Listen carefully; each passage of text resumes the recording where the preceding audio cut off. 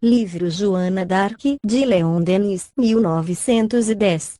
Capítulo 20. Joana d'Arc no século XX. Seus admiradores, seus detratores.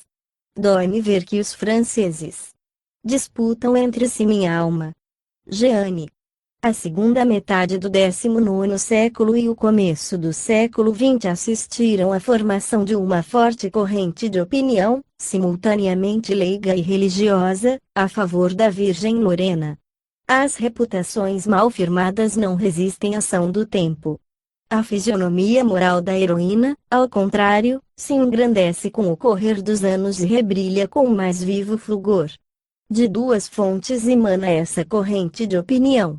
De um lado, servem-lhe de origem as numerosas obras de história e de erudição, publicadas por J. Michelet, Quicheret, H. Martin, Wallon, Simeon Lucy, J. Fabre, e outros. Nesta ordem de ideias, nenhum assunto ainda gerou tão imponente cabedal de trabalhos. Flui também dos inquéritos e do processo dirigidos pela Igreja Católica, tendo em vista a canonização de Joana d'Arc. De ambos os lados, a memória da heroína encontrou admiradores sinceros e defensores generosos. Após longo período de silêncio e de esquecimento, opera-se como que um acordar do entusiasmo. É de dar a supor que estamos no dia seguinte ao da libertação de Orleans.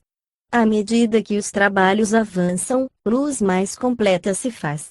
A grande figura sai dos limites estreitos em que o passado a confinara e aparece em toda a sua beleza, como a mais pura encarnação da ideia de pátria, como um verdadeiro Messias nacional.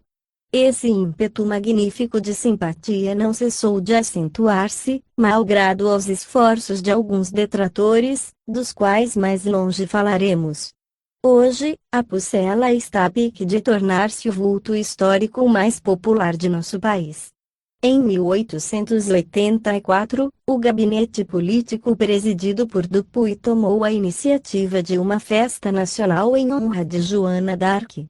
A 30 de junho, uma primeira proposta foi feita à Câmara, assinada por 252 deputados, e começava por uma exposição de motivos assim concebida. Grande movimento de opinião acaba de produzir-se em favor da instituição de uma festa nacional de Joana d'Arc, festa que seria do patriotismo. Cumpriria optar por uma de duas datas, a de 8 de maio, data gloriosa da libertação de Orleans, e a de 30 de maio, data aniversária da morte de Joana d'Arc. Estando a 30 de maio muito próxima do 14 de julho, proporíamos a 8 de maio. Nesse dia, todos os franceses se uniriam numa benéfica comunhão de entusiasmo. A comissão de iniciativa concluiu opinando que a proposta fosse tomada em consideração. Mas, ao encerrar-se a legislatura, ficou pendente e depois foi submetida ao Senado a requerimento de 120 senadores republicanos. No parecer que sobre o assunto apresentou a Alta Câmara, o Sr. Joseph Fabre, senador do Aveyron, se exprimia assim: nem o Oriente com todas as suas lendas, nem a Grécia com todos os seus poemas, nada conceberam que se possa comparar a esta Joana d'Arc que a história nos deu.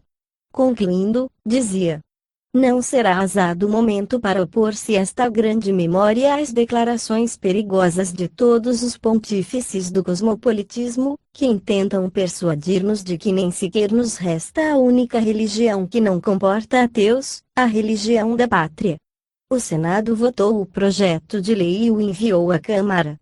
A 29 de julho de 1890, o Conselho Superior da Instrução Pública, por sua vez, adotou a seguinte resolução: é declarado dia de festa, para todos os estabelecimentos de instrução pública, o 8 de maio de cada ano, data aniversário da libertação de Orleans. Essa decisão não teve andamento. Quanto ao projeto de lei que o Senado aprovou, dorme ainda nas pastas da Câmara. Nem o seu exame, nem a sua discussão foram iniciados em sessão pública, apesar de uma enérgica petição das mulheres da França. Grave falta cometeram assim os deputados republicanos. A indiferença, a má vontade que hão demonstrado permitiram que os católicos tomassem a dianteira, que se apoderassem da nobre figura da Virgem e a colocassem nos seus altares. Quando ela devia pertencer a todos os franceses, constituir um laço que unisse os diversos partidos, para lhe honrar a memória, corre o risco de tornar-se exclusivamente prisioneira de uma religião. Que considerações detiveram os políticos cépticos da Câmara?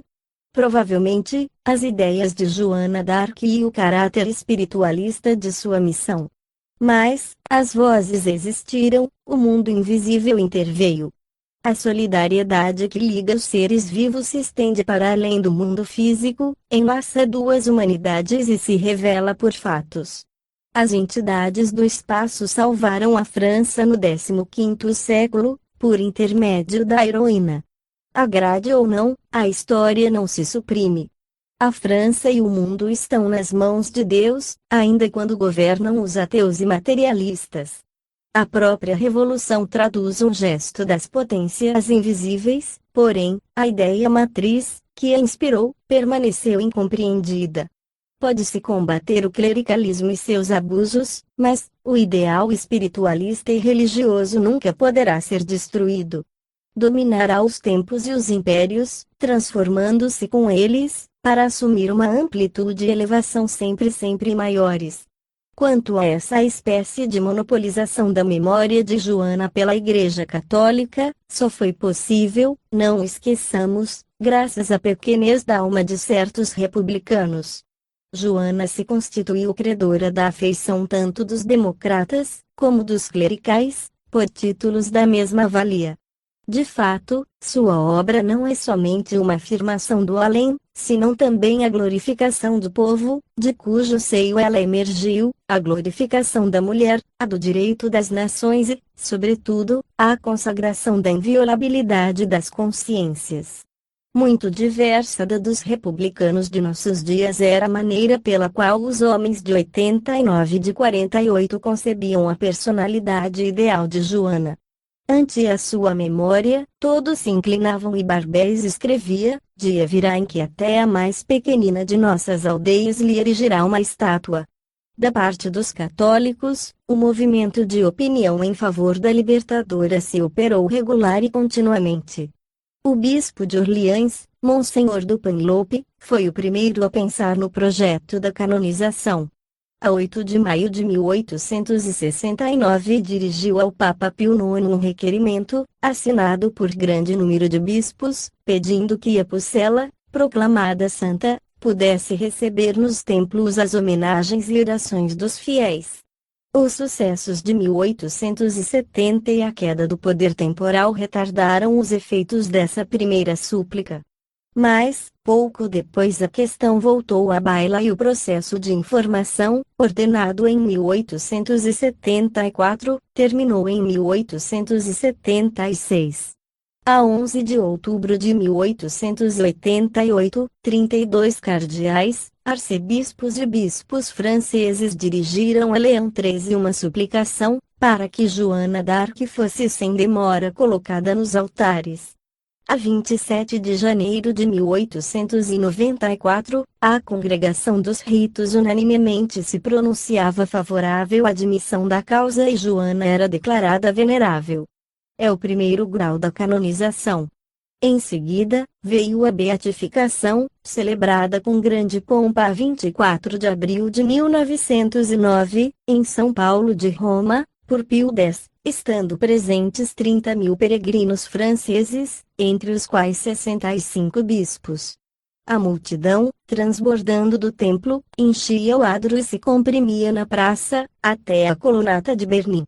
Para justificarem essa beatificação, recorreram a motivos de causar pasmo, curas milagrosas de cancros e outras moléstias operadas por Joana d'Arc em religiosas, a cujas preces atendera. Sabemos que tais curas são uma das condições que a Igreja impõe para a canonização, mas não achariam coisa melhor. De maneira alguma pensamos em censurar as manifestações solenes, que se efetuaram em Roma e na França inteira. A todos os franceses assiste o direito de honorificar a seu modo a libertadora. Apenas lamentamos que um partido político aproveite quase exclusivamente dessa beatificação, por culpa de republicanos materialistas e maus patriotas, baldos de senso prático e de clarividência. Dizemos, partido político. Com efeito, no movimento católico em favor de Joana, evidencia-se o interesse de casta. Exploram a memória da heroína e a deformam, santificando-a, procuram fazer dela um troféu, um emblema de aliança, para lutas semipolíticas, semi-religiosas. Essas homenagens, parece, pouco sensibilizam a Virgem Lorena.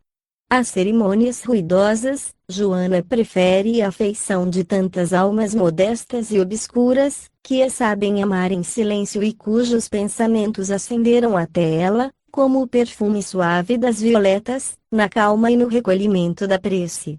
Tocam-lhe mais esses preitos mudos, do que o estrépito das festas e o ressoar do órgão ou dos canhões.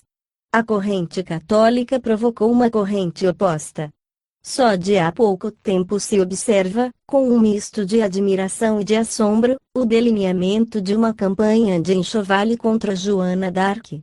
Ao passo que todos os povos nula invejam, que os alemães a glorificam pela obra de Stiller, que os próprios ingleses a enaltecem, proclamando-a um dos mais belos exemplos oferecidos à humanidade, é na França que se ouve criticar, rebaixar uma das mais puras glórias do nosso país. Uma classe inteira de escritores, pensadores livres, se encarniçou contra o renome de Joana. Até a franco-maçonaria, associação poderosa, que, por séculos, foi o asilo de todas as ideias generosas, o refúgio e o esteio dos que pela liberdade combatiam a opressão, obcecada agora pelo seu materialismo doutrinal, desceu a ponto de tomar a iniciativa de um movimento infenso à grande e inspirada. A instituição de uma festa de Joana d'Arc infundiu provavelmente nos grão-mestres da maçonaria francesa o temor de que a glorificação da epopeia da Pucela determinasse a revivescência do ideal religioso. Seja qual for o móvel a que tenham obedecido, eis aqui a circular que o presidente da loja Clemente Amizade endereçou aos deputados francos maçons do parlamento, no dia em que se ia dar começo na Câmara a discussão sobre a instituição da festa de Joana d'Arc. A Câmara vai hoje ocupar-se com um parecer sentimental, apoiado em petições de mulheres sugestionadas pelos curas. O projeto de lei instituindo uma festa de Joana d'Arc traz numerosas assinaturas de membros do parlamento, cegos, ou cúmplices da reação clerical. Os cegos deixamos aos vossos cuidados, MM. CC 2, abri-lhes os olhos. Dos cúmplices, cúmplices do Papa e dos jesuítas, desses nos encarregamos nós, havemos de conhecê-los e não os esqueceremos. Mas, suplicamos aos MM. CC 2, republicanos sem compromissos sórdidos, que impeçam a instituição da festa de Joana d'Arc. Esta injunção produziu o desejado efeito, a inclusão do projeto em ordem do dia foi definitivamente repelida em 1898. Terão obedecido à imensa palavra de ordem o diretor de um jornal parisiense e o professor da universidade, que granjearam notoriedade especial, desnaturando a obra de Joana, ou apenas cederam à necessidade malsã, peculiar a certos espíritos, de apoucar tudo o que traz um cunho de superioridade. Não sabemos, mas ninguém pode deixar de deplorar a atitude desses dois homens, cuja cultura intelectual os devera preservar de semelhante aviltamento. Leiamos o que escreveu o Sr. Berenger, diretor do jornal L'Action, sobre a grande alma cuja vida acabamos de estudar. Doentia, histérica, ignorante, Joana d'Arc, mesmo queimada pelos padres e traída pelo seu rei, não merece as nossas simpatias. Nenhum dos ideais, nenhum dos sentimentos que a humanidade hoje inspira guiou a alucinada mística de Dom Remy. Sustentando um Valois contra um Plantagenet, que foi o que praticou de heróico, ou, sequer, de louvável? contribuiu, mais do que ninguém, para criar, entre a França e a Inglaterra, o miserável antagonismo, de que ainda temos dificuldade em nos livrarmos, passados 6 séculos. Pois que os sotainas pretendem impor seu feiticismo à República, saberemos responder convenientemente a essa provocação. Aquela virgem estéril só amou a religião e o exército, os santos olhos e o arcabuz. O fato de haver expirado numa fogueira dá motivo para que dela nos compadeçamos, não para que a admiremos. Portanto, abaixo o culto de Joana d'Arc, abaixo a legenda da Pucela, abaixo a histeria contrária à natureza e à razão e que paralisa a humanidade em proveito de uma dinastia. Que dizer deste amontoado de insânias, onde quase que cada palavra é um ultraje, cada pensamento um desafio à história e ao bom senso? E que dizer também do Sr. Talamas, professor de um liceu de Paris, procurando incutir nos cérebros juvenis dos que lhe frequentam os cursos, meninos de 15 anos, a dúvida sobre o verdadeiro caráter da Pucela? Em que fonte terá ele bebido sua pretensa erudição? Jaurès, o grande orador socialista, mais hábil se mostrou quando, a 1º de dezembro de 1904, tomou, na Câmara dos Deputados, a defesa desse original professor de história e logrou salvá-lo das penas disciplinares, que lhe seriam talvez impostas, indo aurir nas suas reminiscências da escola os elementos para um arremedo de panegírico da grande caluniada. Em seu discurso, Joana não é mais alucinada, que o professor do Liceu Condorcet pintara aos alunos. O orador se vê obrigado a conceder-lhe uma grandeza maravilhosa de inspiração moral. Depois, atenua essa apreciação, sem dúvida muito espiritualista, encomiando excessivamente a maravilhosa finura e sutileza de espírito da Virgem, ela o que aprende ao antigo fundo gaulês de nossa raça. Em seus artigos, conferências e brochuras, o Sr. Talamas se revela tão alheio ao patriotismo e aos nobres sentimentos que formam o tecido da história da Pucela, quanto às noções psíquicas e aos conhecimentos militares indispensáveis à boa compreensão e, sobretudo, à narração dessa história. A quem lhe perlustrar o opúsculo, Jeanne d'Arc, um Histoire et la Legende, surpreenderá desde logo a leviandade com que ele se abalança a dar lições a historiadores, tais como Michelet, H. Martin e outros, que leram os textos, que os entenderam e interpretaram logicamente, numa bela linguagem, do ponto de vista psicológico, patriótico e humano, em que se colocaram. Não obstante fazer, aqui e ali, justiça à esplêndida convicção e mesmo ao heroísmo da Pucela, a fisionomia da Virgem Lorena lhe sai esfumada, apagada, da pena, sua memória empalidece, seu papel se torna insignificante, passando ela a ser uma personagem de segunda ou terceira ordem. Por vezes, adota a tática de compará-la a outros videntes, Catarina de La Rochelle e Perrinac e a Breton. Ora, fora inútil rebuscar, na existência destas duas pobres mulheres, um fato, um ato, uma palavra comparáveis aos que abundam na vida de Joana. Tal confronto evidencia uma premeditação, um desejo de amesquinhar a heroína. Em suas conferências através da França, o Sr. Talamas emitia a opinião de que os orleaneses sitiados podiam por si sós libertar-se. Na brochura, seu parecer é inteiramente outro. A tomada de Orleans, diz, página 34, em prazo mais ou menos longo, apesar da má direção do cerco, era igualmente fatal. Os parisienses, em 1870, também podiam expulsar os alemães, não lhes faltavam nem homens, nem dinheiro, nem coragem. Faltou-lhes, porém, um chefe dotado de comunicativa fé e dos talentos militares precisos. Orleans encontrou tal chefe e foi salva por ele. Entre os escritores, que se propuseram a tarefa de detratar Joana d'Arc, o Sr. Anatole France conquistou lugar saliente, publicando em 1908 2 grossos volumes em 8. Sua obra, porém, tão importante na aparência, pela extensão e pela documentação, perde muito de valor, assim que submetida a uma atenta análise. O que nela predomina são as ironias pérfidas e as zombarias sutis. Não encerra brutalidades análogas às de Beringer e outros críticos. O hábil acadêmico procede por insinuação. Tudo, no seu escrito, concorre para rebaixar a heroína e, muitas vezes, para cobri-la de ridículo.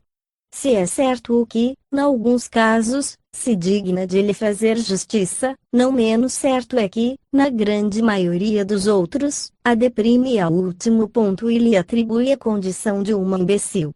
Assim é que, vindo Lois Eleur inúmeras vezes falar-lhe demoradamente na prisão, ora em trajes de sapateiro, ora vestido de eclesiástico, ela não chega nunca a perceber que o indivíduo é sempre o mesmo. O primeiro volume do Sr. Fronce era notável pelo estilo e pela coordenação das ideias. Suas páginas denunciavam o fino literato. O segundo surgiu incoerente, escrito num estilo frouxo, recheado de anedotas jocosas ou trágicas, de fatos curiosos, não raro estranhos ao assunto, cujas narrativas, entretanto, fazendo amena leitura, lhe garantiram a voga. Mas, inutilmente se buscaria em toda a obra um sentimento elevado e alguma grandeza. Qualidades são essas desconhecidas do autor. E quantos erros intencionais! O Sr. Aquiles Luchaire, professor da Sorbona, um dos mestres incontestados nos estudos sobre a Idade Média, foi dos primeiros a assinalar tais erros. Um exemplo, no Cavaleiro Roberto de Baudricourt descobriu o Sr. Anatole France um homem simples e jovial e, afirmando, cita, Processo, tomo 3, página 86, página onde absolutamente não se encontra a menor referência a essa personagem, Luchaire, Grande Revue, 25 de março de 1908. Página 231, nota. O Sr. France empresta ao mesmo Baudricourt a opinião de que Joana daria uma bela ribalda e que seria um apetitoso bocado para os soldados. Mas, o processo, tomo 3, página 85, a que o Sr. France se reporta para esta citação, diz o Sr. Luchaire, não alude a outra coisa que não seja entrevista de Chinon e o cerco de Orleans, nada dizendo com relação ao comandante de Vaucouleurs, Grande Revue, 25 de março de 1908. Página 230, nota, 264. Início da nota do redator, 264. Ver, Revue Hebdomadaire, 4 de julho de 1908. Fim da nota do redator. Ainda outros exemplos enumera o Sr. Luchaire. Na Revue Critique, idênticas comprovações se encontram, feitas pelo Sr. Salomon Renache. O Sr. France escreve, ela ouviu a voz que lhe dizia, ei-lo, e cita numa nota o processo, tomo 2, página 456, onde não se acha coisa alguma que com isso se pareça, Revue Critique, 19 de março de 1908, página 214. Ao mesmo trabalho se deu o Sr. Andrew Lang, na Fortnightly Review. A propósito de uma pretendida profecia que os padres teriam revelado a alguns devotos, no número dos quais estava Joana d'Arc, o Sr. Lang pondera, em apoio do que avança, indica o Sr. France uma passagem do processo, que prova exatamente o contrário do que ele acaba de afirmar. Noutro ponto, o Sr. France relata viagens que Joana teria empreendido a Toulon, a fim de comparecer aí perante o vigário-geral, sob a acusação de haver faltado a uma promessa de casamento e o Sr. Lang objeta, apoiando suas narrativas, o Sr. France aponta 3 páginas do processo, tomo 1 e 2. Uma delas, tomo 2, página 476, não existe, as 2 outras em nada confirmam o que ele narra, e uma das páginas seguintes o contradiz. Num artigo bibliográfico, publicado pela Revue Hebdomadaire, 265, o Sr. Funk Brentano realça com precisão estas imperfeições graves da obra do Sr. France. Início da nota do redator 265. Revue Hebdomadaire, 4 de julho de 1908. Fim da nota do redator. As inexatidões se sucedem ininterruptamente. São de causar surpresa, partindo de um escritor que, no correr do seu prefácio, se mostra tão severo para com os que o precederam. Isso, entretanto, não passa de pecado venial. Fica-se, porém, perplexo, relativamente ao valor histórico da obra de Fronse, quando se verifica que os textos têm uma inteligência diversa da que lhes ele atribui. Se já é lamentável que um historiador force seu pensamento na direção de ideias preconcebidas, que se há de dizer daqueles que sujeita a igual violência aos próprios documentos?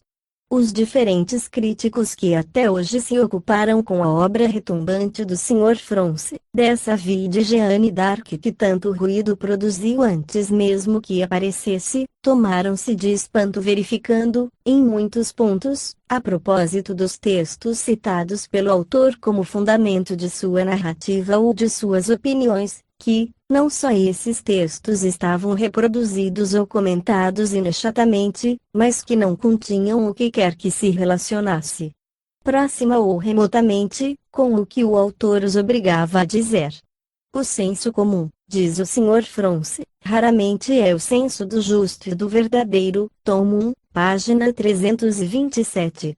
Por isso, o senso comum foi excluído de seu livro, com meticuloso cuidado, e substituído, para gozo do leitor, por pitorescas e inesperadas histórias. No tomo 1, página 532, tratando do dom, atribuído aos nossos antigos reis, de curar as escrófulas, o nosso atraente historiador afirma que, na velha França, as virgens possuíam o mesmo dom, com a condição de estarem completamente nuas e de invocarem Apolo. Aí tendes uma coisa que, quando menos, qualificar-se deve de imprevista. A citação indica Leber, de Sairamones do Sacre. O Sr. Salomão Reinach a verificou, trata-se de um tópico de Plínio, que vivia no primeiro século, aproveitado por um clérigo. No mesmo artigo, o Sr. Funk Brentano cita ainda a opinião de Andreu Lang, autor de apreciada obra sobre Joana d'Arc, publicada em inglês. O Sr. Lang assinala a eterna e displicente chacota com que o Sr. Fronse martiriza literalmente os seus leitores. O termo chacota é, sem dúvida, um pouco duro. O Sr. Fronse não chacoteia. Não vai além do fino sorriso de um ironista amável. Porém, a ironia não é história. O ironista moteja e o historiador deve explicar. Que é a história? A explicação dos fatos do passado. Mas, voltemos ao Sr. Lang, que diz, a primeira qualidade do verdadeiro historiador é a imaginação simpática que, só ela, permite ao leitor compreender a época de que o historiador fala, conhecer-lhe os pensamentos e sentimentos e, de certo modo, reviver a vida dos homens de outrora.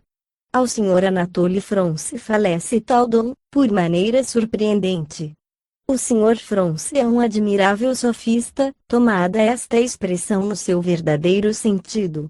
Finalmente, o Sr. Funk Brentano comenta um artigo do crítico alemão Max Nordau, sobre a Joana d'Arc de Anatole France. Começa o artigo por estas palavras, tomadas a Stiller, a propósito da Pucela d'Orléans: o mundo gosta de empanar tudo o que brilha, de arrastar pelo pó o que é elevado. A conclusão corresponde a este introito.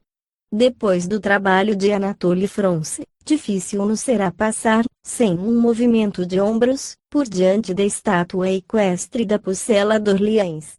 Sem brutalidade, com a mão leve, cariciosa e delicada de uma criadinha, ele a despojou de sua legenda e eis que, privada dos ricos enfeites formados de contos e de tradições, Joana d'Arc não mais inspira senão piedade, não mais pode pretender admiração, nem mesmo simpatia.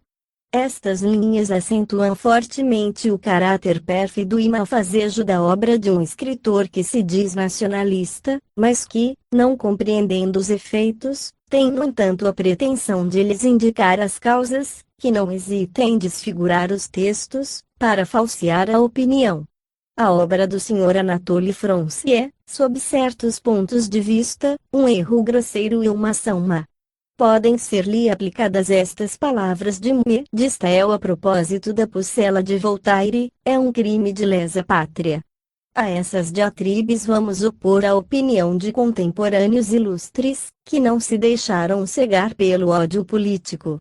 Já no fim do século passado, um jornalista, Ivan Durestini, tendo tido a ideia de pedir aos membros da Academia Francesa suas opiniões sobre Joana d'Arc, colheu uma série de manifestações de sentimento, que constitui o mais precioso elogio da inspirada, 266.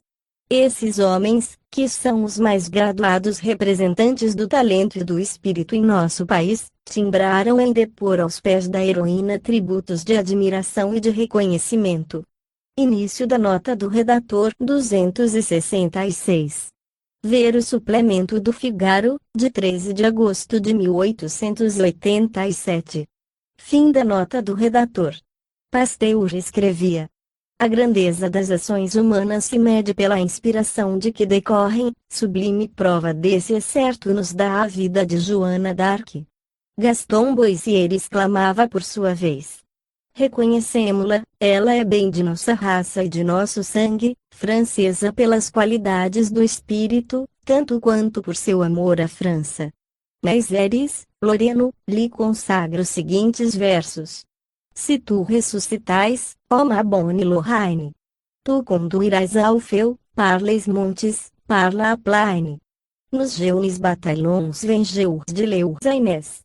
Leonsay dizia: quando as desgraças afligem a pátria, resta aos franceses um consolo. Lembram-se de que houve uma Joana d'Arc e de que a história se repete. Enfim, Alexandre Dumas Filho, numa fórmula concisa, exprimiu os sentimentos do país inteiro. Creio que, na França, toda a gente pensa de Joana d'Arc o que eu penso. Admiro-a, tenho-lhe saudades, espero-a. Muitos outros pensadores e políticos se associaram a esta manifestação. Num discurso que pronunciou no Cirque América em Gambetta exclamava: 267. Início da nota do redator 267. Ver, J. Fabre, Processo de Reabilitação, tomo 2. A Festa Nacional de Joana d'Arc. Fim da nota do redator.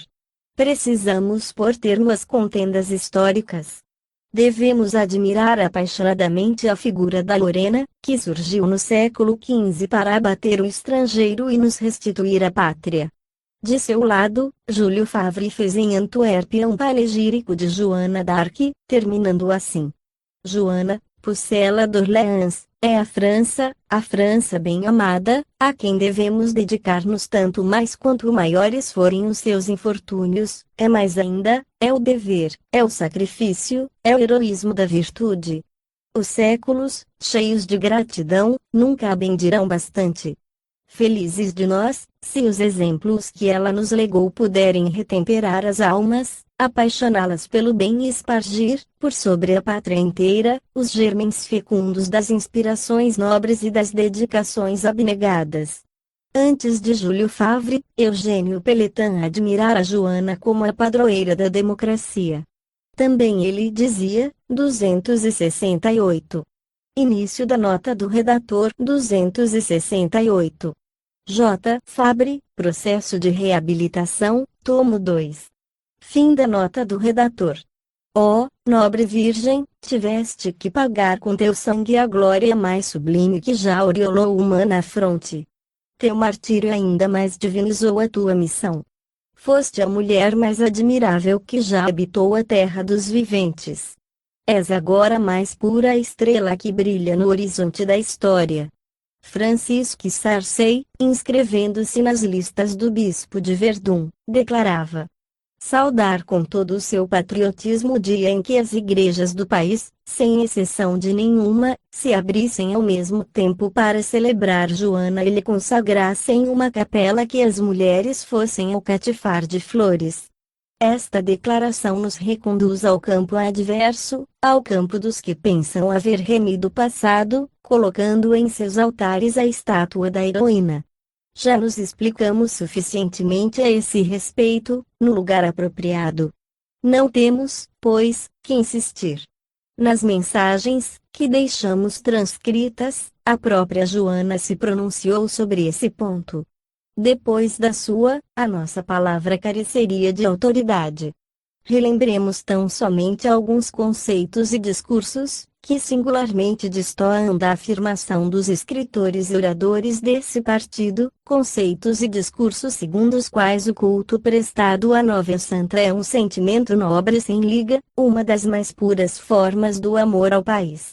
Numa circunstância solene, cercado de numerosa assistência, em que figuravam, na primeira linha, 3 grandes dignitários da Igreja, o bispo de Belém, Monsenhor Luçon, usava da linguagem que se vai ler. A cena se passa na Vendeia, ao ser inaugurado o monumento de Catilinial. Depois de fazer, como era inevitável na ocasião, o panegírico do movimento da Vendeia, o orador termina por esta adjuração: praza a divina providência consagrar um dia, na pessoa de Catilinial, como fez relativamente à libertadora da França, no 15º século, um dos mais belos modelos do heroísmo, devotando-se pro Aris et Fossis. Será verdadeiramente possível conciliar-se o amor da pátria com esta inflamada glorificação da guerra civil na pessoa de um dos seus chefes? Será patriotismo esta cegueira que confunde num só elogio a camponesa heróica, que outrora expulsava da França o inglês, e os vendianos que o introduziam?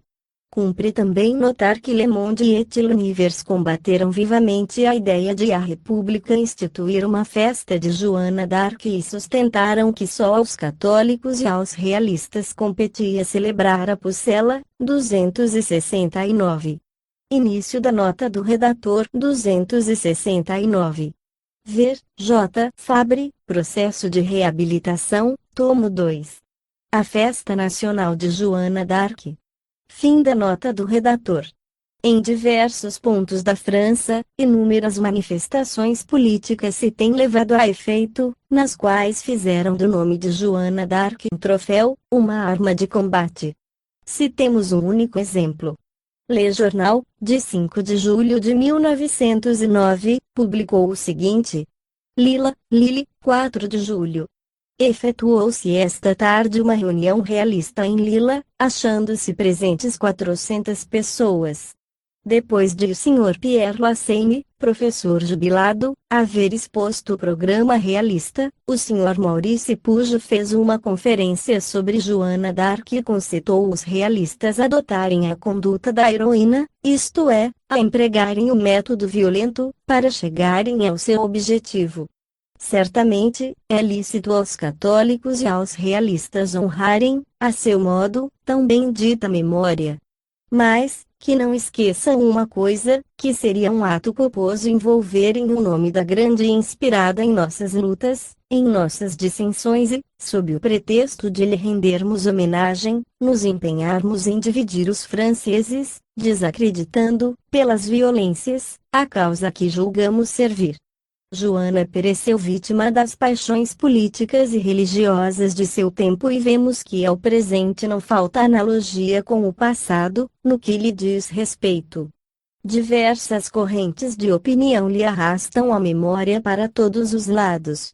Abandonada pelos republicanos da Câmara, que se dignaram de sancionar a decisão do Senado, monopolizam-na os realistas, com intuitos muito interesseiros. Exaltada por uns, depreciada pelo espírito de oposição sistemática de outros, dar-se-á que seu prestígio sossobre nessa tempestade de ideias. Não, pois a pura e nobre imagem da Virgem Lorena está gravada para sempre no coração do povo, que a saberá amar sem pensamentos preconcebidos. Nada conseguirá arriscá-la dali. Em meio de nossas discórdias, o nome de Joana d'Arc ainda é o único capaz de congregar todos os franceses para o culto da pátria. O amor da França arrefeceu no coração de seus filhos. Profundos dissídios os separam, os partidos se guerreiam sem tréguas. As reivindicações violentas de uns, o egoísmo e o ressentimento dos outros, tudo concorre para fragmentar a família francesa. Rareiam os grandes sentimentos, os apetites, as cobiças e as paixões reinam soberanamente. Como no tempo de Joana, a voz dos espíritos se faz ouvir e nos fala, se não do ponto de vista material, pelo menos do ponto de vista moral, da grande lástima em que está a terra da França. Elevemos nossas almas acima das misérias e dos esfacelamentos da hora que passa. Aprendamos, nos exemplos e nas palavras da heroína, amar a pátria, do modo pelo qual ela soube amar, a servi-la com desinteresse e ânimo de sacrifício. Repitamos bem alto que Joana não pertence nem a um partido político, nem a uma igreja qualquer. Joana pertence à França, a todos os franceses. Nenhuma crítica, nenhuma controvérsia logrará manchar a auréola de santidade que a envolve. Graças a um movimento nacional irresistível, sua prodigiosa figura subirá cada vez mais alto no céu do pensamento calmo, concentrado, liberto de preocupações egoísticas. Ela aparece, não mais como uma personalidade de primeira plana, mas como o ideal realizado da beleza moral. A história enumera brilhantes pleiades de seres geniais, de pensadores e de santos. Só menciona, porém, uma Joana d'Arc. Alma feita de poesia, de paixão patriótica e de fé celestial, ela se destaca fulgurante do conjunto das mais belas vidas humanas. Mostra-se sem véu ao nosso século de cepticismo e de desencantamento, como pura emanação do mundo superior, fonte de toda a força, de toda a consolação, de toda a luz, desse mundo que tanto temos esquecido e para o qual devem agora voltar-se os nossos olhares. Joana d'Arc volve ao nosso meio, não apenas pela lembrança, mas por uma presença real e por uma ação soberana. Convida-nos a contar com o futuro e com Deus. Sob a sua égide, a comunhão dos dois mundos, unidos em um só pensamento de amor e de fé, pode ainda realizar-se, a bem da regeneração da vida moral que inspira, da renovação do pensamento e da consciência da humanidade.